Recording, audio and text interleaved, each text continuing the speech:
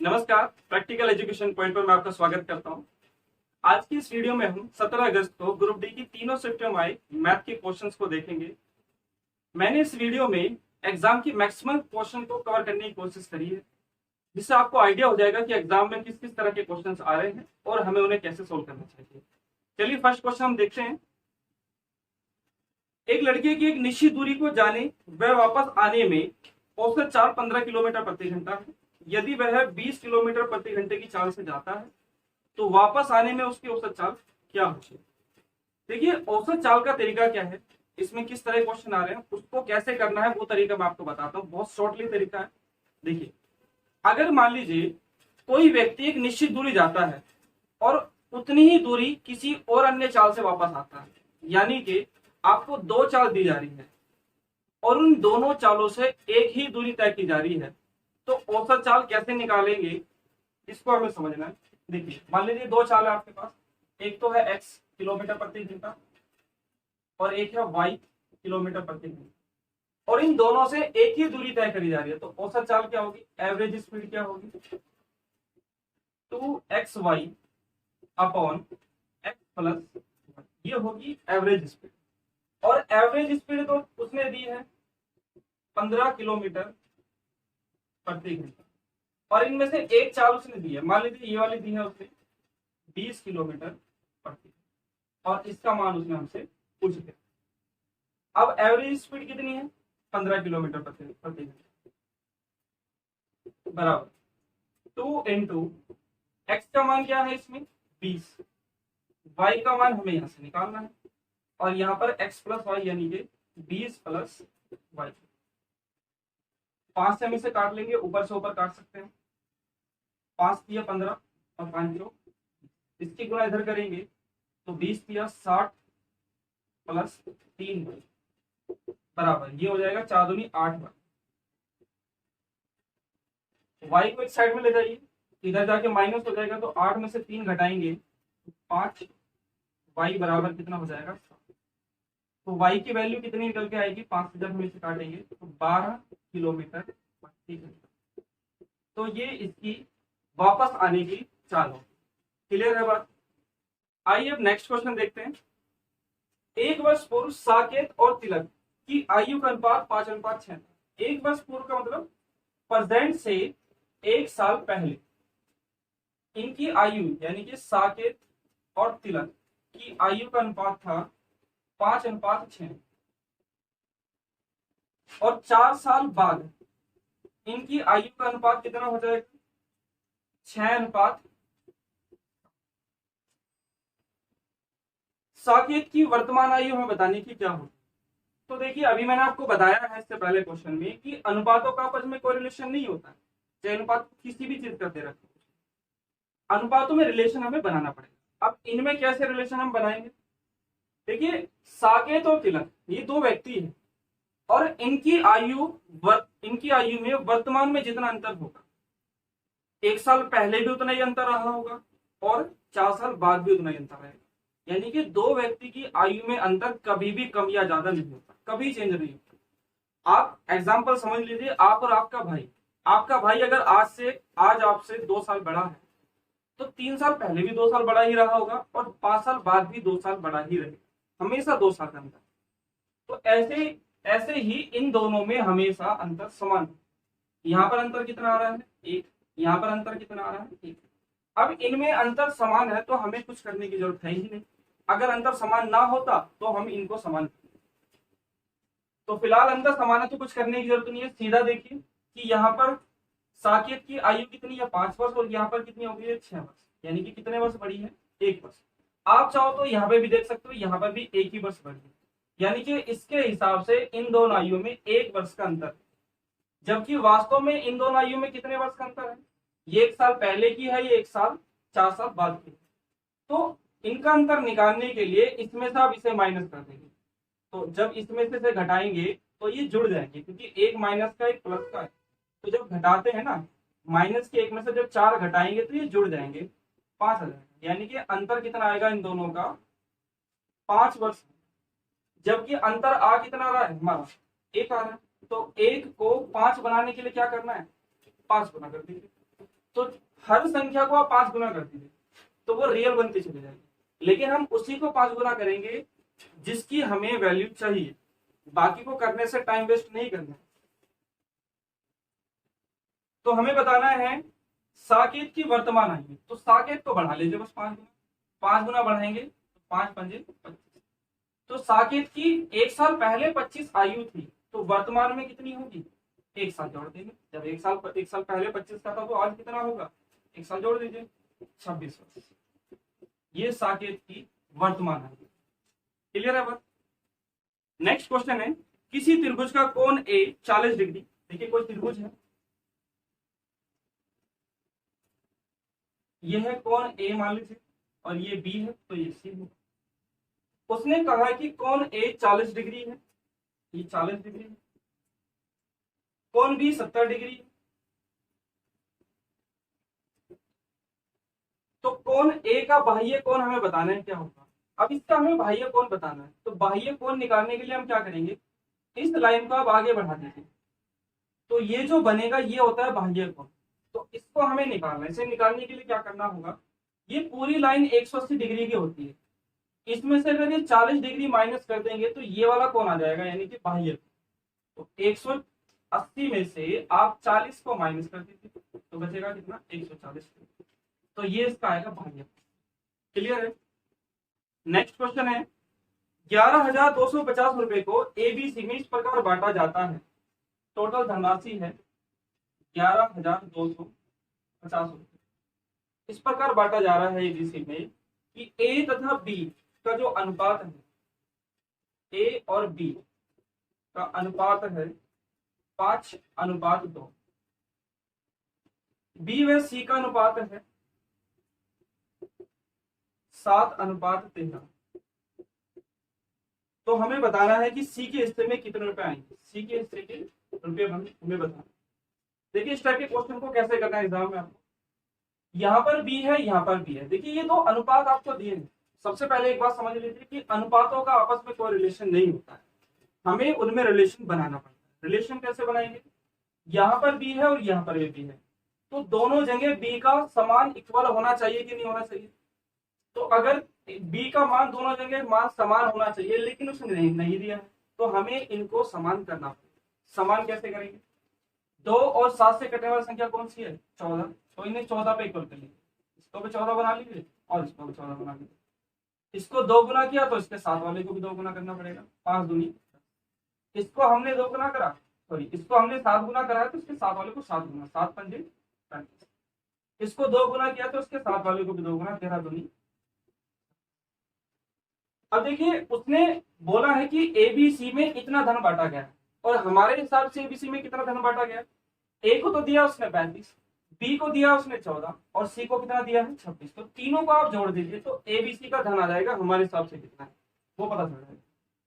तो 26 और 24 होता है 40, 40 और 35 हो गए 75।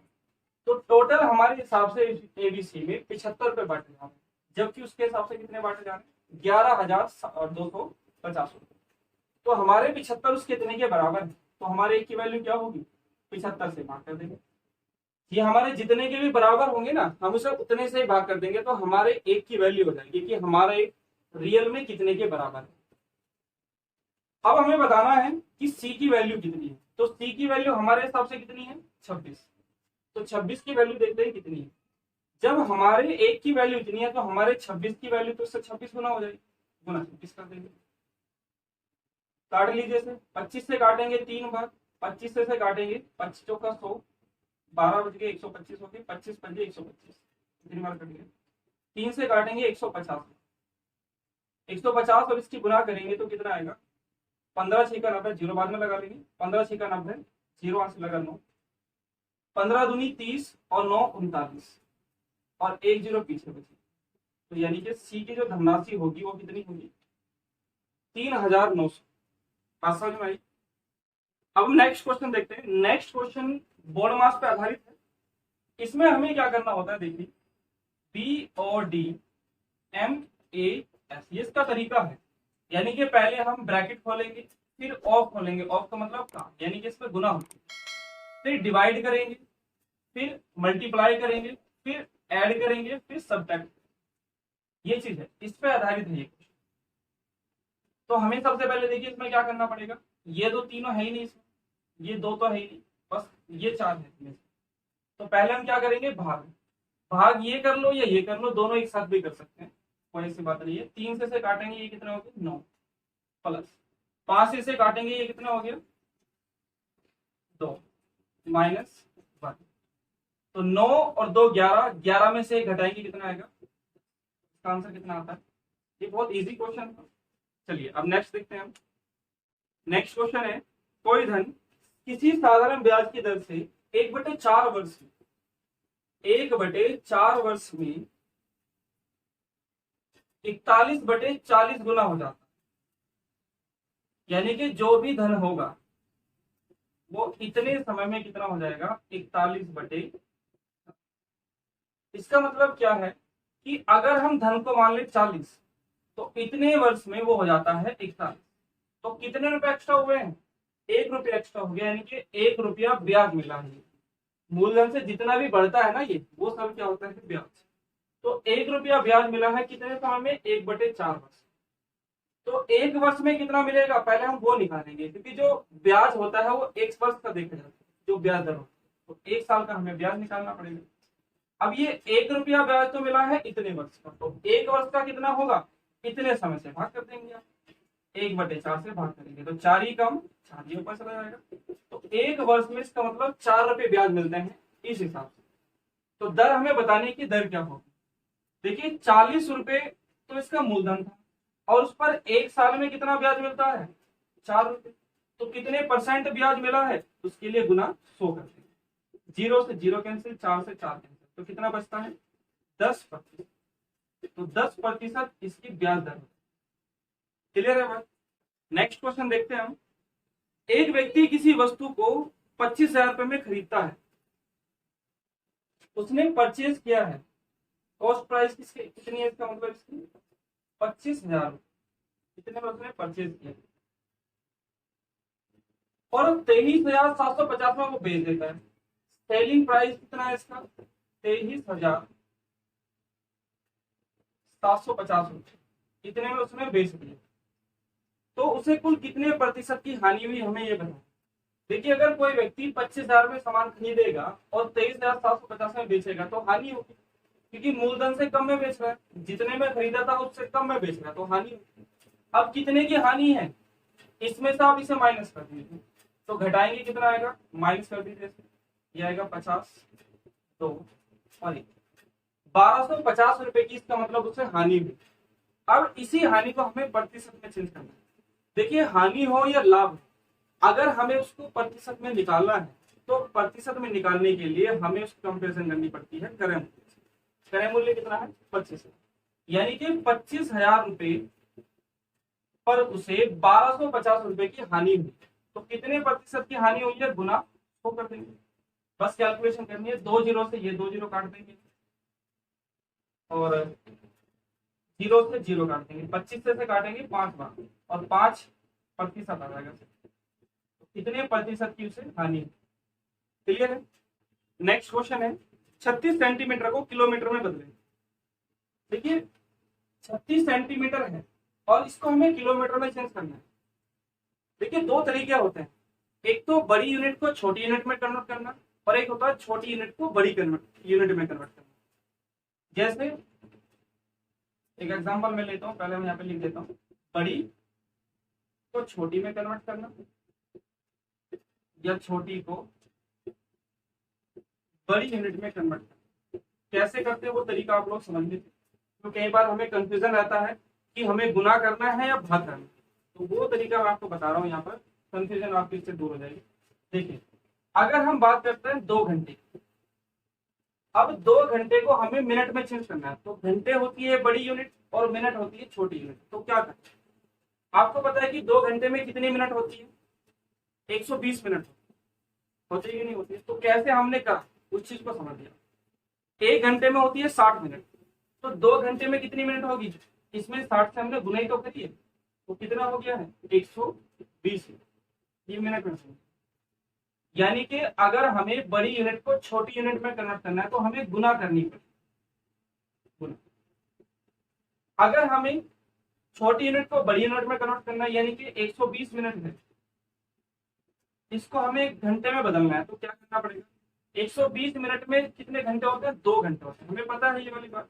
लेकिन इसमें हमने क्या करा, 1 घंटे में 60 मिनट होती है, तो यहाँ पर 60 से भाग करना पड़ा, तभी तो वो 2 बना होगा, 2 घंटे तब आएंगे। यानी कि अगर छोटी यूनिट को बड़ी यूनिट में कन्वर्ट करना है तो हमें क्या करना पड़ा है? भाग।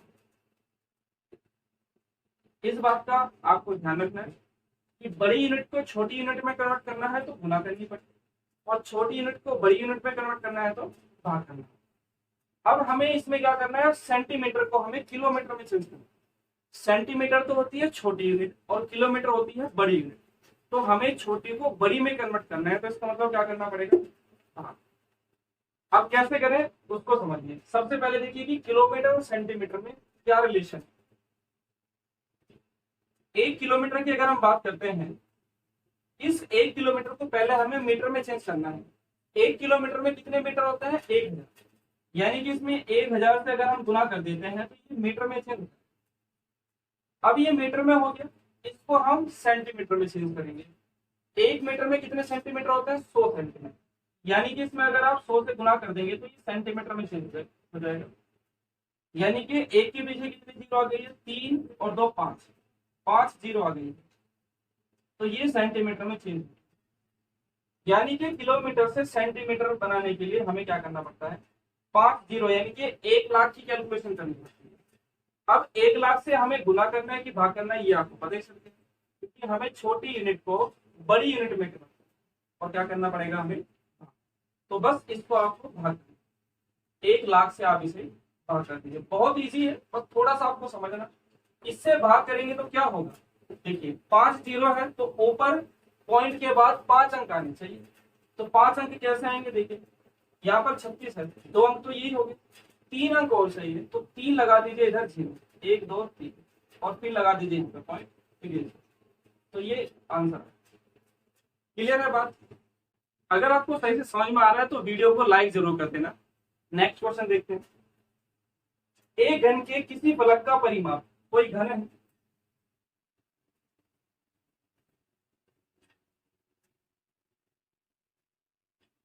इसका फलक है, फलक का मतलब सतह, ये सतह है, ये भी सतह है, कई सारी सतह है, और घन की सारी सतह क्या होती है? सेम होती है, क्योंकि घन की हर भुजा क्या होती है? इक्वल होती है, तो सतह भी सारी क्या होगी? इक्वल। उसने बोला है कि एक सतह का जो परिमाप है, परिमाप का मतलब क्या होता है? इन चारों भुजाओं का योग, जिसे बोलते हैं परिमाप। बाउंड्रीज का जो योग होता है उसको बोलते हैं परिमाप, और परिमाप उसने बोला है कि 24 है, तो चारों भुजाओं का योग है 24। तो हमें क्या बताना है? इसका आयतन बताना है कि इसका आयतन कितना होगा। अब देखिए 4 भुजाओं का योग है, और चारों भुजा घन में क्या होती है? इक्वल होती है, तो आप इसे 4 से भाग कर दीजिए, तो प्रत्येक भुजा इसका मतलब कितने की? 6 सेंटीमीटर। तो ये भी 6 है, ये भी 6 है, ये भी 6 है, ये भी, सारी भुजा पे 6 है। तो हमें इसका आयतन बताओ, तो घन का आयतन कितना होता है उसको समझिए। घन का आयतन होता है भुजा स्क्वायर, भुजा की क्यूब। आयतन है 3D आकृति, तो क्यूब लगेगा। तो भुजा कितनी है यहाँ पर? 6, तो 6 की पावर 3 यानी कि 216 सेंटीमीटर, ये इसका आंसर। क्लियर है? नेक्स्ट क्वेश्चन देखते हैं हम। नेक्स्ट क्वेश्चन में कहा है 8.25% की वार्षिक दर से, 8.25 ये दर है, इस दर से 2000 रुपए का जो इसका मूलधन है, प्रिंसिपल है, वो कितना दिया उसने? 2000 का 73 दिन का हमें ब्याज बताना है कि कितना हो। देखिए आपको जो यहाँ पर दिनों में संख्या दी जा रही है वो कौन सी दी जाएगी? ऐसे नहीं आपसे बोला जाएगा कि 60 दिन का ब्याज बताइए, 40 दिन का बताइए, 125 दिन का बताइए, ऐसे आपसे नहीं पूछा जाएगा। इसमें जब आपसे पूछा जाएगा वो 73 की मल्टीप्लाई में पूछा जाएगा, यानी कि 73 दिन पूछ सकता है, या 146 दिन पूछ सकता है, या 219 दिन पूछ सकता है। इसी तरह से 73 की मल्टीप्लाई में पूछेगा। 73 की मल्टीप्लाई में क्यों पूछेगा? क्योंकि 73 एक ऐसी संख्या है जो 365 दिन को काटती है पूरा, इसलिए 73 की मल्टीप्लाई में पूछता है। तो आपको क्या करना है, देखिए दर ये दी हुई है 1 साल की और मूलधन ये दिया है, समय ये दिया, तो हमें बताना है कि ब्याज कितना होगा। तो सबसे पहले देखें कि ये कितने वर्ष है, क्योंकि ये जो दर है ना ये वर्ष के हिसाब से, तो वर्ष में हम इस दिनों को भी चेंज करेंगे। अभी आपको बताया कि यहाँ पर दिन है और दिन को वर्ष में चेंज करना है, यानी कि छोटी यूनिट को बड़ी यूनिट में कन्वर्ट करना है, तो हमें क्या करना पड़ेगा, भाग। तो भाग कर लीजिए 365, 73 ही कम 73 और 73 पंजे होता है 365, यानी कि ये 1/5 वर्ष है। तो इतने समय की दर निकाल लीजिए कितनी होगी। जब 1 वर्ष की दर इतनी है तो इतने वर्ष की दर कितनी होगी, गुना 1/5। 5 से काटेंगे, 5 ही कम 5 और 5 छंग 30, 5 पंजे 25, 1.65%। ये क्या होगी दर। अब इस दर से इतने रुपए का मूलधन कितना, ब्याज कितना होगा वो हम निकाल लेंगे।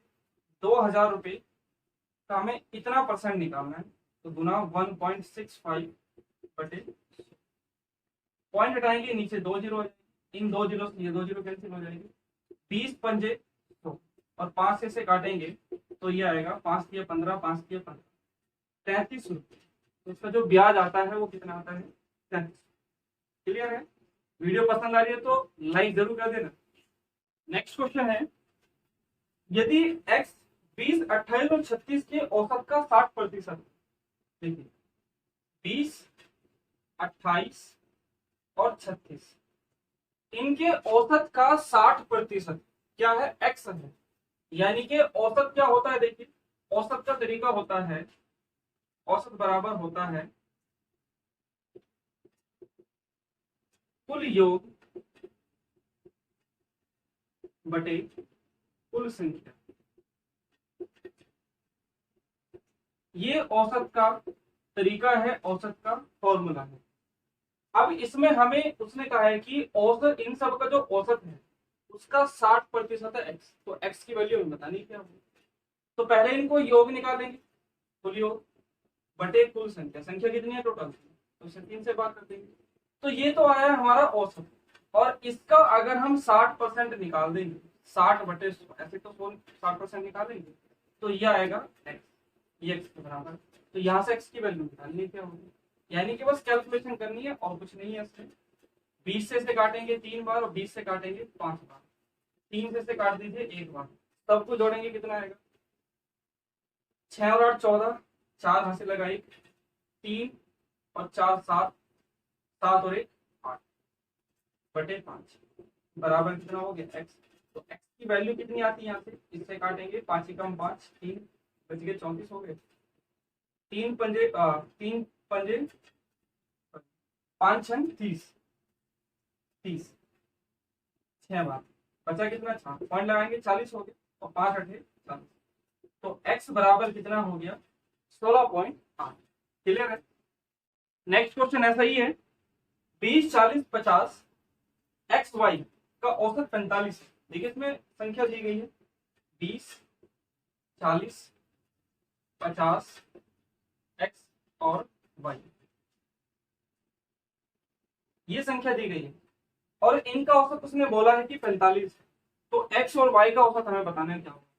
एक्स और वाई का औसत कैसे निकाला जाएगा, दोनों को जोड़ दीजिए एक्स प्लस वाई और 2 से भाग कर दीजिए, यही तो इसका औसत आएगा। तो इसका मान हमें निकाल, तो यहां से हम क्या करेंगे, x प्लस वाई का मान निकल के आ जाएगा, यहां से निकालेंगे और बाद में बटे 2 करके उनका औसत निकालेंगे। देखिए कैसे करना है। तो औसत कैसे निकाला जाता है, सबको जोड़ दीजिए और कितनी संख्याएं हैं ये टोटल 1 2 3 4 5, 5 से भाग कर दीजिए, यही तो औसत आएगा। और ये किसके बराबर है 45, क्योंकि उसने बोला कि इसका औसत 45, हमने 45 के बराबर में रख दिया। अब बस हमें कैलकुलेशन करनी है, सबको जोड़ेंगे कितना आएगा 50 40 90 और 20 110, 110 प्लस एक्स प्लस वाई बटे 5 बराबर 45। 5 की गुना इधर कर दीजिए, कितना आएगा 225 और ये आएगा x प्लस वाई, यहाँ पर 110 आएगा और 110 को हम क्या करेंगे इधर ले जाके माइनस कर देंगे। ये जो 110 आएगा ना यहाँ पर, इसको इधर ले जाकर माइनस कर देंगे, तो यही मैं इसको लिख देता हूँ 100। तो x प्लस वाई का जो मान आता है वो कितना आता है, इसमें से घटाएंगे तो कितना आएगा 115। ये आएगा x प्लस वाई का मान। लेकिन हमें x प्लस वाई का मान नहीं चाहिए, x प्लस वाई बटे 2 का मान चाहिए। तो आप क्या करेंगे, दोनों को 2 से भाग कर देंगे, दोनों साइड, इसको भी 2 से भाग कर दीजिए और इसको भी 2 से भाग कर दीजिए। 2 से काटेंगे तो कितना आएगा, 2 पंजे 10, 2 सत्ते 14, पॉइंट लगाकर 1 0 बढ़ाएंगे तो 10 हो जाएगा, और 2 पंजे यानी कि 57.5, जीरो पे लगा सकते हैं यहाँ पर 57.50 इसका आंसर। क्लियर है। अब हम नेक्स्ट क्वेश्चन देखते हैं। नेक्स्ट क्वेश्चन में क्या कहा उसने, पी किसी कार्य को 9 दिन में कर सकता है। पी कोई व्यक्ति है जो कोई काम 9 दिन में कर रहा है, और क्यों उसी कार्य को 9 दिन में कर रहा है, और क्यों उसी कार्य को 12 दिनों में कर सकता है। दोनों बारी बारी से कार्य करते हैं, क्यों कार्य को शुरू करते हैं। इसका मतलब है कि स्टार्टिंग किसने करी है, क्यों, और ये बारी बारी से काम कर रहे हैं। बारी बारी का मतलब पहले दिन क्यों आया, दूसरे दिन पी आया, एक एक दिन आ रहे हैं ना, पहले दिन क्यों, दूसरे दिन पी, फिर क्यों आएगा, फिर पी आएगा, फिर क्यों आएगा, और उसके बाद वापस पी आएगा, और इसी तरह से ये आते रहेंगे। कब तक आते रहेंगे, जब तक ये पूरा काम नहीं करते। तो अब हमें बताना है कि पूरा काम कितने दिनों में समाप्त होगा। तो ऐसे केस में हमने क्या करना है, देखिए दोनों से कटने वाला सबसे पहले काम मान लीजिए, काम ही तो कर रहे हैं, काम होना जरूरी है। कितना माने, 36 काम ये कितने दिन में कर रहा है, 9 दिन में। तो एक दिन में कितना करेगा, 9 से भाग करेंगे 9 4, ये एक दिन में कितना करेगा, 12 से भाग करेंगे 12 3, तो एक दिन में 4 कर रहा है, और ये कर रहा है। ठीक है, स्टार्टिंग में कौन आ रहा है काम पर, क्यों कितना करेगा 3, और पी कितना करेगा, फिर क्यों आया है तो 3 करेगा, ये 4 3 4, और इसी तरह से काम चलता है। अब इसे करने के देखिए 2 तरीके हैं। एक तो तरीका है कि आप इनको जोड़ लीजिए, 36 कहाँ तक बैठेगा, जहां तक 36 आएगा फिर उनको काउंट कर लीजिए, 1 2 3 4 5, आपको दिनों की संख्या पता चल जाएगी कि दिनों की संख्या कितनी है। लेकिन ऐसा करेंगे तो टाइम ज्यादा लगेगा। इसके लिए अब हमें एक अच्छा तरीका और स्पीड वाला तरीका हमें देखना होगा। तो वो तरीका क्या है, आप ये देखिए कि रिपीट कब हो रहे हैं, रिपीट हो रहे हैं देखिए 2 दिन बाद, क्यों पी वापस क्यों पी वापस क्यों पी, यानी कि 2 दिन के बाद ही रिपीट। तो इनको जो सर्कल चल रहा है ना वो 2 दिन के बाद घूम रहा है। तो आप समझेंगे कि 2 दिन के बाद या 2 दिन का इनकी एक बारी है या एक सर्कल है, जिसमें ये काम कितना कर रहे हैं एक सर्कल में या एक बारी में, 3 और 4 7। कोई सी बारी देखेंगे उसमें 3 और 4 7 ही करेंगे, 7 ही होगा। एक बारी में कितना हो रहा है 7, 2 दिन की यानी कि एक बारी हो गई, और एक बारी में कितना काम करते हैं ये 7। अब इनसे काम कितना कराना है हमें 36, ये पूरा काम। तो 36 कराने के लिए हमें क्या करना होगा, देखिए काम के नीचे हम काम रखेंगे, बारी के नीचे बारी और समय के नीचे समय। यहाँ पर 7 काम है, तो अगर हम यहाँ पे 36 काम रखें तो कितने गुना काम कराना है। देखिए ये गुना में पूरा पूरा नहीं चल रहा, अगर पूरा पूरा चल रहा होता तो हमारी कैलकुलेशन इजी हो जाती। फिर हम क्या करते, जितने गुना यहाँ पर है उतने गुना यहाँ पर, उतने गुना यहाँ पर कर देते, तो समय आ जाता निकल। लेकिन ये पूरा पूरा नहीं चल रहा, तो ऐसे केस में आपने क्या करना है, देखिए ऐसा नहीं है कि आप इसे पॉइंटों पे कर दें, कैलकुलेशन पॉइंटों में नहीं करनी ये वाली, हमें यहाँ पर पूरी पूरी कैलकुलेशन ही करनी है। क्योंकि ये जो ग्रुप बना हुआ है ना 2-2 दिन का, अगर आपने इस ग्रुप को तोड़ दिया तो कैलकुलेशन आपकी गलत है। तो कैलकुलेशन आपकी इसमें गलत आ जाएगी। अगर आप चाहते हैं कि कैलकुलेशन आपकी गलत ना हो तो इस ग्रुप को, इस पेयर को आपको तोड़ना नहीं है, ये कैलकुलेशन आपको बटे में नहीं लेके जाना, ये पूरी पूरी चलानी है। यानी कि आप क्या करिए, 7 की ऐसी मल्टीप्लाई करिए जो 36 के आसपास तक पहुंचे। तो 7 6 42, 42 तो हो गया ज्यादा, तो ज्यादा नहीं लेके जाना, कम रखना है। तो 7 पंजे 35, 35 तक आप इसे चला। 5 गुना देखिए यहाँ पे काम कराना है, तो 5 गुना बारी लगेगी, 5 ही कम 5। अब बारी 5 गुना है तो समय भी 5 गुना लगेगा, 5 दूनी, या एक बारी 2 दिन की है तो 5 बारी कितने दिन की होगी 10 दिन। बात समझ में आई। अब देखिए 10 दिन कंप्लीट हो चुके हैं, 35 काम कंप्लीट हो, काम कितना बचा हुआ है 36 में से 35 हो गया, तो अभी भी एक काम हमारा बचा हुआ। और बारी कितनी कंप्लीट हुई है? 5। तो 5 बारी के बाद अब छठी बारी लेके आनी है क्योंकि काम बचा हुआ है। अब छठी बारी में पहले दिन कौन आएगा?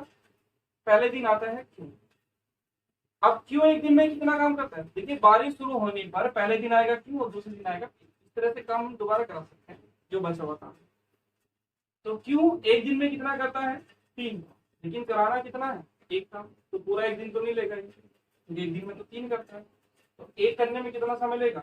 एक दिन में 3, तो एक काम करने में कितना समय लेगा? 3 से भाग कर देंगे, 1/3 दिन में।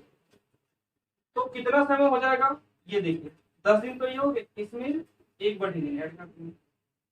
इस चीज को हम ऐसे भी लिख सकते हैं 10 सही 1/3, ये इसका आंसर हो जाएगा। क्योंकि इसकी कैलकुलेशन कर लो या इसकी कैलकुलेशन कर लो, सेम ही आएगी। 10 किया 30 और 1 31/3, और यहाँ पर भी 10 किया 30 और 1 31/3। आंसर कितना आएगा यहाँ पर, यानी कि 10 सही 1/3। नेक्स्ट क्वेश्चन देखिए, √49 और √81 का योग का वर्गमूल क्या होगा? √49 और √81 ये योग, पहले योग कर दीजिए फिर इनका वर्गमूल कर दीजिए। हमें बताना है कि इसका मान क्या हो। तो इसका मान कितना होता है? 7। इसका अंडर कितना होता है? 9। और इस पूरे का वर्गमूल हमें करना है। तो ये कितना हो जाएगा? 9 और 7 16। 16 का अंडर करेंगे तो कितना आएगा? 4 इसका आंसर। नेक्स्ट क्वेश्चन देखते हैं। नेक्स्ट क्वेश्चन में कहा उसने, किसी वस्तु को 9,576 में बेचने पर, यानी कि इसको सेल किया है, यानी कि इसका सेलिंग प्राइस है 9,576, इतने बेचने पर 14% लाभ होता है। जो प्रॉफिट हो रहा है वो कितना हो रहा है? 14%। तो हमें इसका लागत मूल्य बताना है कि लागत मूल्य कितना होता है। देखिए किसी भी चीज का, किसी भी वस्तु का लाभ या हानि प्रतिशत अगर निकालना है तो किससे निकाला जाता है? क्रय मूल्य से। तो ये जो है परसेंटेज वो क्रय मूल्य से दिया गया है, यानी कि कॉस्ट प्राइस से जो हमें निकालना है, ये तो निकालना है। तो ये अपने आप में होता है 100%। अब 100 की वस्तु पर इसका मतलब 14% का लाभ। तो इसका मतलब वस्तु कितने में बेची जा रही है? 100 में 14 जोड़ दीजिए, तो ज्यादा में बेची जा रही है ना, लाभ का मतलब अधिक। तो 100 में 14 ऐड करेंगे तो कितना हो जाएगा? 114, यानी कि 114% पे बेची जा रही है। यानी कि ये जो विक्रय मूल्य है ये क्रय मूल्य का 114% है। तो 114% जब इतने के बराबर है तो आप 1% निकाल लीजिए, 1% कितने के बराबर होगा? 114 से भाग कर ये आएगा 1%। अब हमें निकालना है इसका क्रय मूल्य यानी कि लागत मूल्य। लागत मूल्य कितना था? 100। तो 100 देख लीजिए कितने के बराबर है। जब 1 की वैल्यू इतनी है तो 100 की वैल्यू कितनी होगी? गुना 100 कर देंगे हम। अब बस हमें कैलकुलेशन करनी है। इसे काटेंगे हम 19 से, 19 सिक्का कितना होते हैं? 114। और 19 से काटेंगे 19 पंजे 95। आगे इस पे नहीं चल रही तो 0 लगा के दोनों अंकों पे एक साथ चलाएंगे, 19 चौक 96। 86 से काटेंगे 66 48 और 6 चौक 34। 84 गुना 100 कितना होता है? 8400। तो इसका जो क्रय मूल्य है वो कितना है? 8400। क्लियर है बात? अगर क्वेश्चन समझ में आ रहा है सही से आपको तो वीडियो को लाइक कर देना। नेक्स्ट क्वेश्चन देखिए, यदि कोई वस्तु 25% लाभ पर 8,000 में बेची जाती है तो सेलिंग प्राइस में दिया है इस बार 8,000 और प्रॉफिट कितना बोला है? 25%। तो उसका कॉस्ट प्राइस हमें बताना है कितना। तो कॉस्ट प्राइस अभी आपको बताया कि अपने आप में कितने परसेंट होता है? 100%। और लाभ और हानि हमेशा कॉस्ट प्राइस से दी जाती है। तो ये 100 है तो इससे 100% 25% अधिक में बेची जाती है। इसका मतलब 125% पर वो बेची जा रही है। तो 125% इस 8,000 के बराबर ही तो है क्योंकि 8,000 रुपये में बेची जाती है। तो 125% इतने के बराबर, तो 1% कितने के बराबर होगा? 125 से काट करते 1% आता है इतने के बराबर। हमें कॉस्ट प्राइस बताना है यानी कि 100%। 100% देख लीजिए कितने के बराबर है।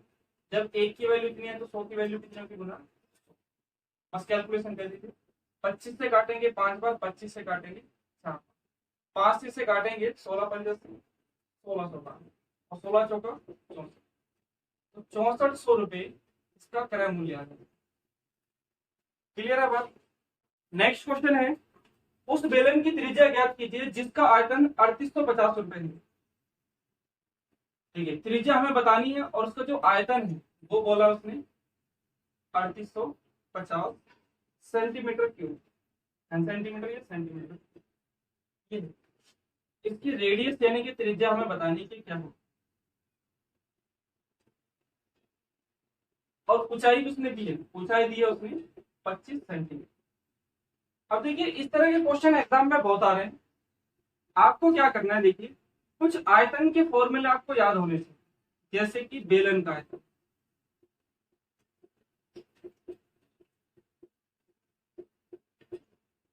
गोले का आयतन,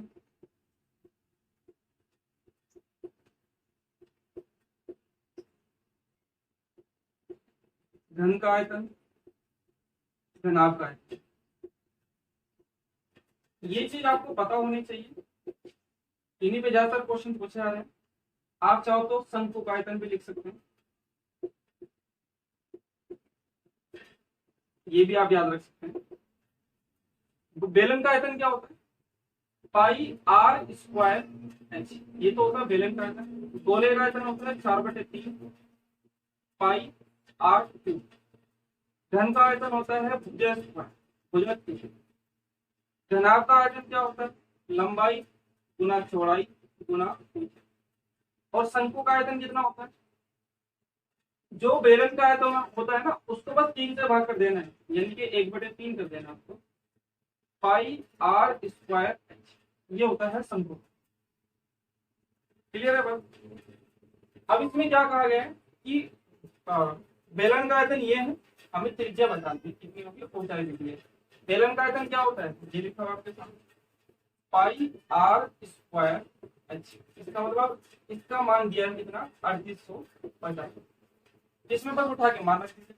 पाई का मान होता है 22/7, आर का मान हमें निकालना है आर स्क्वायर, और एच का मान उसने दिया है 38, बराबर कितना है 3850। कैलकुलेशन कर दीजिए आप लोग। 11 से काटेंगे 2 बार, और 11 से काटेंगे 11 या 33, 5/11 350। 25 से काटेंगे 25 एकम 25, 10 बच गए, 25 चौका 2 से काटेंगे 7, तो आर स्क्वायर बराबर कितना आता है, 7 आता है ये, और इस 7 की और गुना हो जाएगी, तो 7 गुना 7 होगा। ये स्क्वायर इधर जाके अंडरूट लग जाएगा, तो आर की वैल्यू कितनी आती है, 7 सेंटीमीटर। तो अगर उसने त्रिज्या पूछी है तो 7 सेंटीमीटर, अगर वो आपसे आयतन पूछे, व्यास पूछेगा, तो त्रिज्या का डबल होता है व्यास, तो 7 दूनी 14 सेंटीमीटर आंसर आ जाएगा। बात समझ में आ रही है। नेक्स्ट क्वेश्चन है, ए बी तथा सी ने मिलकर एक व्यापार शुरू किया। ए ने 15,000 रुपए 8 महीने के लिए, बी ने 12,000 रुपए 9 महीने के लिए तथा सी ने 8,000 रुपए पूरे वर्ष के लिए लगाए। यदि साल के अंत में 10,800 रुपए का लाभ हुआ हो तो ए तथा सी के लाभ में क्या अंतर होगा, हमें ये बताना है। देखिए अगर पार्टनरशिप का आपको क्वेश्चन दिया जा रहा है और उसमें आपसे लाभ पूछा जा रहा है, तो लाभ का अनुपात बनाने का आप तरीका याद रखना। लाभ बनाने का तरीका क्या होता है, पूंजी गुना समय, ये होता है। 2 व्यक्ति है जैसे, तो 2 बार हम इसे कर देंगे पूंजी गुना समय। अगर 3 व्यक्ति है तो 1 बार और कर देंगे इसी तरह से, तो ये इनके लाभ का अनुपात बन जाएगा। अब इसने 3 व्यक्ति बोले हैं, एक तो है ए, एक है बी और एक है सी। इनके लाभ का अनुपात बना लीजिए कितना होगा। एक की पूंजी कितनी है 15,000, और समय कितना है 8 महीने, तो गुना 8 करेंगे। एक बात का और ध्यान रखना, अगर आप इसका समय महीनों में रखते हैं तो आप इनका भी समय महीनों में रखेंगे, और अगर आप इसका समय वर्षों में रख रहे हैं तो इन सबका भी समय वर्षों में रखना पड़ेगा। ऐसा नहीं है कि इनका तो अपने महीनों में रख दिया, इसका वर्षों में रख देंगे, तो गलत हो जाएगी। तो बी ने कितने पे लगाए हैं 12,000 रुपए, कितने समय के लिए लगाए हैं 9 महीने के लिए, गुना 9। सी ने कितने पे लगाए हैं 8,000 रुपए, कितने वर्ष के लिए 1 वर्ष के लिए, तो गुना 1 मत कर देना, 1 वर्ष का मतलब 12 महीने होते हैं, तो गुना 12। तो ये इनकी लाभ का अनुपात है। बस हमें यहाँ पे कैलकुलेशन करनी है। सबसे पहले आप 1,000 से सबको भाग कर दीजिए, जिससे भी काटेंगे तीनों संख्याओं को काटना पड़ेगा, तीनों पदों को। 15 अठे 120 अनुपात 12 निम्मा 108 अनुपात और 12 अठे 96। 12 से काट लीजिए 10 बार, 12 निम्मा 108 और 12 अठे 96। तो इनके जो लाभ का अनुपात है वो कितना है, 10:9:8। यानी कि अगर ए को 10 रुपए लाभ मिलेंगे तो बी को मिलेगा 9 रुपए और सी को मिलेंगे 8 रुपए। अब उसने बोला है कि तीनों को जो लाभ दिया है उसने, वो कितना दिया है, 10,800 रुपए। ये उन्हें तीनों को लाभ हुआ है। इसमें से हमें बताना है कि ए और सी के लाभ का अंतर कितना है। अब तीनों को हम कितने रुपए दे रहे हैं, 10 इसको, 9 इसको, 8 इसको, जोड़ दीजिए सबको। 10 और 9 19 और 8 27। तो हमारे हिसाब से तीनों में 27 रुपए बांटे जा रहे हैं और उसके हिसाब से कितने बांटे जा रहे हैं, 10,800 रुपए। तो 27 इतने के बराबर है। तो एक की वैल्यू कितनी होगी, 27 से भाग कर देंगे। एक हमारा उसके इतने के बराबर है। हमें बताना है ए और सी के लाभ का अंतर। तो ए और सी के लाभ का अंतर हमारा कितना आ रहा है, इन दोनों का अंतर देखिए 2 आ रहा है। तो 2 देख लीजिए कितने के बराबर। जब एक की वैल्यू हमारे इतनी है तो 2 की वैल्यू तो इससे 2 गुना हो जाएगी, गुना 2 कर देंगे। 27 चौका होते हैं 108, 4 दूनी 8, 800 रुपए इन दोनों का अंतर। क्लियर है बात। नेक्स्ट क्वेश्चन देखिए, दो समान मात्रा के बर्तनों में दूध और पानी का अनुपात 2:3 और 7:3। देखिए दो समान मात्रा के बर्तन है, ये ए है ये बी है। इनमें दूध और पानी का अनुपात है 2:3 और इसमें है 7:3। इन दोनों बर्तनों के मिश्रण को मिलाने पर तीसरे बर्तन में प्राप्त नहीं, देखिए दोनों को मिलाकर तीसरे बर्तन में जो प्राप्त होगा ना नया मिश्रण, इसमें दूध और पानी का अनुपात बताना है कि कितना होगा। तो ऐसे क्वेश्चन को कैसे करना है, देखिए उसने बोला है कि दोनों समान मात्रा के बर्तन हैं, यानी कि जितना इसमें मिश्रण होगा उतना ही मिश्रण की मात्रा इसमें होगी। इसमें 2 लीटर दूध है तो 3 लीटर पानी, यानी कि 2 और 3 5 लीटर का ये मिश्रण बन रहा है। ये कितने का बन रहा है, 7 और 3 10 लीटर का मिश्रण बन रहा है। तो ये दोनों समान मात्रा के उसने बोले हैं, क्या ये समान मात्रा के आ रहे हैं, नहीं आ रहे। अगर नहीं आ रहे तो इनको समान मात्रा के बनाने होंगे। तो बनाए कैसे, 5 और 10 से कटने वाली संख्या कौन सी है, 10। तो दोनों को 10 पे इक्वल कर लीजिए। ये तो 10 पहले से ही है, बस इसको आप 2 गुना कर लीजिए। तो जब मिश्रण को 2 गुना करा है तो इसके अंदर की हर चीजें 2 गुना हो जाएगी, यानी कि दूध भी 2 गुना हो जाएगा, 2 दूनी 4, और पानी भी 2 गुना हो जाएगा, 3 दूनी 6। तभी तो 6 और 4 10 बने करेंगे। अब इन दोनों मिश्रण को हमने एक बर्तन सी में उलट दिया, इसमें दूध और पानी का अनुपात कितना बनेगा, देखिए इसमें दूध कितना होगा, 4 लीटर तो दूध यहाँ पर है और 7 लीटर इसमें है। तो जब दोनों को इसमें डाला जाएगा तो 7 और 4 11 लीटर दूध बनेगा। तो 11 लीटर तो हो गया इसमें दूध। पानी कितना आएगा, 6 लीटर पानी इसमें है, 3 लीटर पानी इसमें, तो 6 और 3 9 लीटर पानी इसमें चला जाएगा। तो बर्तन सी में दूध और पानी का अनुपात कितना बनेगा, यानी कि 11:9। क्लियर है। नेक्स्ट क्वेश्चन देखिए, a plus B plus C बराबर 10 है। a plus B plus C बराबर 10 है। A B plus B C plus C बराबर 31 है। और हमें मान बताना है A square plus B square plus C square, इसका मान कितना है, ये क्वेश्चन है। तो हमें स्क्वायर का मान चाहिए, सिंगल का मान उसने दिया है 10, इनके स्क्वायर का मान चाहिए। तो ऐसे केस में हमें क्या करना है, इसके दोनों साइड का वर्ग कर दीजिए। दोनों साइड का वर्ग हम करेंगे तो क्या मान निकल के आएगा, देखिए जब इसको खोलेंगे तो क्या आएगा, A square plus B square plus C square plus 2 कोष्टक में A B plus B C plus C, इसका फॉर्मूला ये होता है और इसके बराबर क्या है 10 का वर्ग, तो ये होता है 10 का वर्ग 100। अब इसका मान देखिए उसने दिया है 31, 31 दूनी 62, तो इस पूरे का मान कितना आएगा 62 आ जाएगा। और 62 को अगर इधर ले जाके घटा देंगे तो इसका मान आ जाएगा, यानी कि A square plus B square plus C square बराबर कितना होगा, 100 माइनस के 62। तो 100 में से 62 घटाएंगे कितना आएगा 8। इसकी जो वैल्यू है वो कितनी होगी 8। नेक्स्ट क्वेश्चन है sine square 31 plus sine square 59, इसका मान आपको बताना है कि ये किसके समतुल्य है। देखिए इस टाइप के क्वेश्चन आते हैं, इसके लिए आपको कुछ चीजें ध्यान में रखनी है। देखिए एक तरीका होता है sine square theta plus cos square theta बराबर क्या होता है 1। ये एक सर्व समीकरण होती है, इसी के ऊपर ज्यादातर क्वेश्चन पूछे जा रहे हैं। इसमें आपको क्या किस बात का ध्यान रखना है कि अगर आपको इस तरह से मिल रहा है साइन स्क्वायर ए प्लस साइन स्क्वायर बी, ये अगर मिल रहा है और ए और बी के मानों का जो योग है यानी कि ए प्लस बी बराबर अगर 90 डिग्री आ रहा है तो वहां पर इसका मान कितना आएगा 1। एक क्यों आएगा क्योंकि यहाँ पर हम क्या रख सकते हैं बी का मान रख सकते हैं, ए को उधर ले जाएंगे तो 90 माइनस ए रख पाएंगे और साइन 90 माइनस ए बराबर होता है कोस। तो ये इस तरह से बन जाएगा साइन स्क्वायर ए प्लस कोस स्क्वायर ए, यानी कि इसी तरह से बन जाएगा। तो इसका मान कितना आएगा।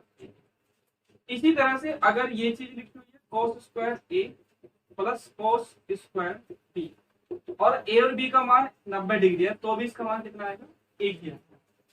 तो यहाँ पर देखिए इन दोनों का मान का योग क्या हो रहा है 31 और 59, कितना बैठता है 31 और 59 बैठता है 90 डिग्री। इसका मतलब इसका मान भी कितना होगा। क्लियर है। नेक्स्ट क्वेश्चन देखिए साइन एक्स बराबर है 4/5 और हमें बताना है tan x plus cos x का मान कितना हो। तो इसके लिए आप देखिए क्या कर सकते हैं, इसमें आप एक पिक्चर बना सकते हैं। ठीक, अगर हम इसे x मान लें तो साइन x बराबर या साइन थीटा बराबर क्या होता है लंब बटे कर्ण होता है। तो लंब कितना है इसमें 4, यानी कि x के सामने वाला लंब होता है ये तो हो गया 4 और कर्ण कितना है 5। अब पाइथागोरस प्रमेय से आप ये निकाल सकते हैं। पाइथागोरस प्रमेय से ये कैसे निकालेंगे, इसमें तरीका होता है k स्क्वायर बराबर एल स्क्वायर प्लस ए स्क्वायर। हमें ए स्क्वायर का या ए का मान चाहिए तो इसको आपको इधर लेके जाना होगा। तो ए स्क्वायर बराबर क्या होगा के स्क्वायर माइनस के एल स्क्वायर और ये स्क्वायर इस पे आ जाएगा 100। ए की वैल्यू निकल के आ जाएगी। या फिर आपको पता होना चाहिए कि अगर ये 5 है ये 4 है तो ये कितना होगा, या फिर इसमें मान रखिए आप 3 निकालो। क्लियर है। ठीक है, जैसे मैं निकाल के दिखा देता हूँ 5 के का मान 5 है तो 5 पंजे 25। एल लंब कितना है 4, 4 का वर्ग 16 100। इसमें से इसे घटाएंगे तो आएगा 9 और 9 का रूट कितना आता है। क्लियर है। तो ये आएगा। अब हमें tan x बताना है। tan x बराबर क्या होता है आधार बटे, जैसे आपको पता होगा LAN लाल बटे, ये होता है लंब बटे कर्ण, यानी कि साइन थीटा ऊपर देखेंगे तो साइन थीटा कॉस थीटा और tan थीटा, नीचे देखेंगे तो ये कोसाइन थीटा फिर ये साइन थीटा और ये कोस थीटा। हमें tan x देखना है, यानी कि tan थीटा बराबर क्या होता है लंब बटे आधार। लंब कितना है 4, आधार कितना है तो ये तो आएगा इसका मान 4 प्लस cos x का मान क्या होगा cos x बराबर होते हैं आधार बटे कर्ण। आधार कितना है 3, कर्ण कितना है 5, यानी कि ये आएगा 3/5। बस इसको हमें छोड़ना है। 15 आप ऐसे ले लीजिए 5 और 20 और 3 दिया तो 20 और 9 29/15। ये इसका बात समझ में आई। नेक्स्ट क्वेश्चन है एक व्यक्ति 10 किलोमीटर प्रति घंटे की गति से साइकिल चलाकर अपने कार्यालय 9 मिनट देरी से पहुंचा। जब उसने अपनी गति 2 किलोमीटर प्रति घंटा बढ़ा दी तो वह 6 मिनट पहले पहुंच गया। यानी कि अगर वो 10 की चाल से, पहली जो चाल है उसको हमने मान लिया, अगर वो 10 की चाल से जा रहा है तो वो 6 मिनट देरी से पहुंचा। देरी का मतलब 6 मिनट वो ज्यादा लेगा। और अगर वो 2 किलोमीटर प्रति घंटा चाल बढ़ा रहा है, यानी कि दूसरी चाल इसको हमने वाई मान के 2 बढ़ाएंगे कितना होगा 12 किलोमीटर, तो उसे 6 मिनट कम लगेगा। तो यहाँ पर 6 मिनट उसे कम लगेगा। तो हमें बताना है कि उस व्यक्ति के कार्यालय और उसके आरंभिक स्थान के बीच की दूरी क्या। देखिए आपको अगर इस तरह से क्वेश्चन दिया जाए, देखिए पहले वो 10 की चाल से जो दूरी तय करना है, बाद में भी 12 की चाल से वही दूरी तय करना है। यानी कि अगर आपको दो चाल दी जा रही है और उस दो चाल से एक ही दूरी तय करी जा रही है, तो दूरी निकालने का जो तरीका है उसमें आप क्या लगाएंगे, तरीका क्या रहेगा, एक्स वाई बटे एक्स प्लस वाई और इंटू टी का मतलब सम। अब देखिए ये समय दिया, अगर ये चीज यहाँ पर आएगी, अगर समय का ये योग है तो यहाँ पर योग रहेगा, और अगर ये समय का अंतर मिल रहा है आपको तो यहाँ पर आपको अंतर, बस इतना आपको यहाँ पर चेंजेस कर देना है। तो ये तरीका है। अब देखिए ये 6 मिनट ज्यादा है और 6 मिनट कम, 6 मिनट ज्यादा है लेकिन टोटल कितना समय वो तो नहीं पता। ऐसे यहाँ पर सही समय से 6 मिनट कम ले रहा है तो सही समय तो नहीं पता, यानी कि टोटल समय तो नहीं पता कितना। तो यहाँ पर हम योग तो नहीं निकाल सकते लेकिन अंतर निकाल सकते हैं कि दोनों समय का अंतर कितना। तो जब हम इन दोनों का अंतर करेंगे ना, तो एक प्लस का और एक माइनस का, तो अंतर करते वक्त ये जुड़ जाते हैं। अभी पहले क्वेश्चन में मैंने आपको ये बताया, तो दोनों का अंतर करेंगे तो कितना आएगा, ये 12 मिनट अंतर आएगा इसका, 12 मिनट। तो उठा के मान इसमें रख लीजिए, ये आएगा टी के वैल्यू। एक्स का मान कितना है 10, वाई का मान कितना है 12, टी का मान कितना है 12। अब ये देखिए मिनट में है और ये सब 4 किलोमीटर प्रति घंटे में, ये घंटे में, तो इसे आप घंटे में चेंज कर लीजिए, 60 से भाग। छोटी यूनिट को बड़ी यूनिट में कन्वर्ट करना है, मिनट को घंटे में चेंज करना है तो भाग करना पड़ेगा 60 से भाग, ये घंटे में चेंज। यहाँ पर इन दोनों का अंतर रखना पड़ेगा, दोनों का अंतर कितना है यहाँ पर 12 पचे 60, 5 दूनी 10, 10 से 10 कैंसिल, तो कितना बचा 12। तो उसके घर, तो उसके कार्यालय और आरंभिक स्थान की जो बीच की दूरी है वो कितनी है 12। बात समझ में आ रही है। नेक्स्ट क्वेश्चन देखिए, वर्तमान में राम अपने पुत्र की आयु का 4 गुना है।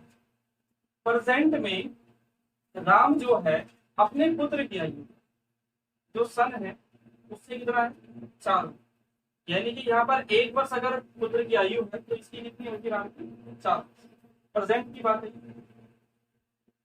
आगे उसने कहा कि 5 वर्ष बाद, प्रेजेंट से 5 साल बाद, वह अपने पुत्र की आयु से 3 गुना हो, यानी कि पुत्र अगर 1 साल का होगा तो राम कितने का होगा, ऐसे 3 साल का होगा। तो हमें बताना है कि उनकी वर्तमान आयु कितनी है। तो अभी पहले क्वेश्चन में आपको बताया था मैंने कि इनकी आयु में जो अंतर होता है हमेशा इक्वल होता है। आप कभी भी देखेंगे आप और आपके भाई की आयु में सेम ही अंतर रहेगा। तो यहाँ पर इनका अंतर कितना है 3 वर्ष, और जबकि यहाँ पर इनका अंतर कितना है 2। क्या ये ऐसा हो सकता है, नहीं हो सकता, समान होना चाहिए हमेशा। तो इनको समान कर लीजिए, तो इन अनुपातों में रिलेशन है। कितने पे इक्वल करेंगे, 3 और 2 से कटने वाली संख्या कौन सी है 6। तो आप इसको 2 गुना कर लीजिए और इसको आप 3 गुना, 6 पे इक्वल। तो 2 गुना से करिए, इसको आप 2 गुना करा तो हर संख्या को 2 गुना कर लीजिए, 2 एकम 2 और 2 चौक। इसको 3 गुना करा तो हर संख्या को 3 गुना कर लीजिए, 3 एकम 3, 3 3, तभी तो एक अंतर 6 आएगा। अब देखिए यहाँ पर राम की आयु है 8 वर्ष, यहाँ पर कितनी हो गई है 9 वर्ष, तो कितने वर्ष बढ़ी है 1 वर्ष। आप यहाँ से देखना चाहो तो यहाँ पर भी 1 ही वर्ष बढ़ी है, यानी कि ये वाली आयु और ये वाली आयु में जो अंतर है वो कितना है 1 वर्ष हमारे हिसाब से, जबकि आना कितना चाहिए 5 वर्ष, क्योंकि ये 5 वर्ष के बाद भी। तो 1 को 5 बनाने के लिए क्या करना है 5, यानी कि अपने वाले को अगर हम 5 गुना बढ़ा देंगे तो ये रियल वाली संख्या आ जाएगी, रियल वाली आयु आ जाएगी। लेकिन उसने पूछी हमसे कौन सी है, बस उसी को हम बढ़ाएंगे। उसने पूछे इनकी वर्तमान आयु, तो इन्हीं को बढ़ाएंगे, 5 गुना बढ़ा लीजिए, 5 अठे 40 वर्ष और 5 दूनी 10। तो ये राम और उसके पुत्र की वर्तमान आयु आ 40 और 10। क्लियर है। अब हम नेक्स्ट और लास्ट क्वेश्चन पर चलते हैं। ए और बी अकेले कार्य करते हुए एक कार्य को क्रम से 12 और 16 दिनों में समाप्त करते हैं, यानी कि ए तो करता है 12 दिनों में और बी करता है 16 दिनों में समाप्त। यदि वे बारी बारी से एक एक दिन काम में एक एक दिन करेंगे बारी बारी से, और स्टार्ट कौन कर रहा है ए कार्य, पहले ए ने काम करा इसका मतलब, और दूसरे दिन कौन आता है बी, और इसी प्रकार ये बारी बारी से आते हैं, ए बी इसी तरह से आते हैं जब तक काम कंप्लीट नहीं होता। तो हमें बताना है कि पूरा काम कितने दिनों में समाप्त होता है। ये क्वेश्चन देखिए, सबसे पहले हमारे पास क्या होना चाहिए, काम होना चाहिए। काम कितना माने, जो 12 और 16 दोनों से करते हैं, कितना माने 48 हमने काम मान लिया। एक दिन में कितना होगा 4, और एक दिन में कितना करेगा 16 की 48 3। अब ए यहाँ पर कितना करेगा 4, और बी कितना करेगा फिर 4। तो देखिए 2 दिन के बाद ये रिपीट ही तो हो रहा है, सेम पहले की तरह ही करना है। 2 दिन के बाद रिपीट हो रहा है, इसका मतलब 2 दिन की हो गई एक बारी, और एक बारी में कितना काम हो रहा है 4 और 3 7 काम। यहाँ पर देखेंगे तो 4 और 3 7 काम, यहाँ पर 7 काम। काम कितना कराना है 48, तो कितने दिन लगेंगे। देखिए पूरी पूरी गुना में नहीं चलता, और आपको क्या बताया था कि अगर पूरी पूरी गुना में नहीं चल रहा है तो आप 48 से थोड़ा कम पे चला लीजिए, लेकिन चलाना आपको पूरा है, इसको पॉइंट ऑफ नहीं कैलकुलेट करना। तो 7 7 49 ज्यादा हो जाएगा, तो 7 6 42 तक हम चलाएंगे। तो 6 गुना काम है, तो 6 गुना बारी लगेगी 6 कम, और 6 गुना बारी है तो समय भी 6 गुना लगेगा 6 दूनी। तो 12 दिन कंप्लीट हो गए इसका मतलब, और 42 काम कंप्लीट हो गया। तो बचा कितना है 48 में से 42 घटाएंगे तो कितना बचा है 6, और बारी कितनी कंप्लीट हो गई है 6 ही बारी कंप्लीट हो गई। अब इस काम को करने के लिए नेक्स्ट बारी लेके आनी है, और नेक्स्ट बारी में पहले दिन कौन काम पर आएगा ए काम पर। एक दिन में कितना करता है 4, लेकिन कराना 6, और ये तो एक दिन काम करके चला जाए। तो एक दिन इसने काम करा, 4 काम इसमें इसने कर दिया, बचा कितना है 2। अब बारी किसकी आएगी, अब आएगी ए की बारी, सॉरी बी की बारी, और बी एक दिन में कितना करता है, लेकिन कराना कितना है तो इसे पूरा एक दिन तो नहीं लगेगा, कम लगेगा। कितना लगेगा देखिए, एक दिन में करता है 3, तो 2 करने में कितना समय लगेगा 3 से भाग के दीजिए, 2/3 दिन लगेगा। तो इसमें 2/3 ऐड कर दीजिए, इतना समय इस पूरे काम को होने में लगेगा। तो टोटल कितना हो गया 12 और 1 13, 13 सही 2/3 दिन। इतने दिनों में ये पूरा काम कंप्लीट होता है। ये बात समझ में आ गई आप लोगों को। तो वीडियो आपको कैसी लगी है, और इस तरह के क्वेश्चन आ रहे हैं, इन क्वेश्चन को आप ध्यान से समझते रहिए। अगर मान लीजिए आपकी किसी क्वेश्चन में कोई प्रॉब्लम हो, या एग्जाम में कोई और आपका क्वेश्चन आया हो और आप हमसे पूछना चाहते हैं, तो इस नंबर पे आप मैसेज कर सकते हैं व्हाट्सएप पे।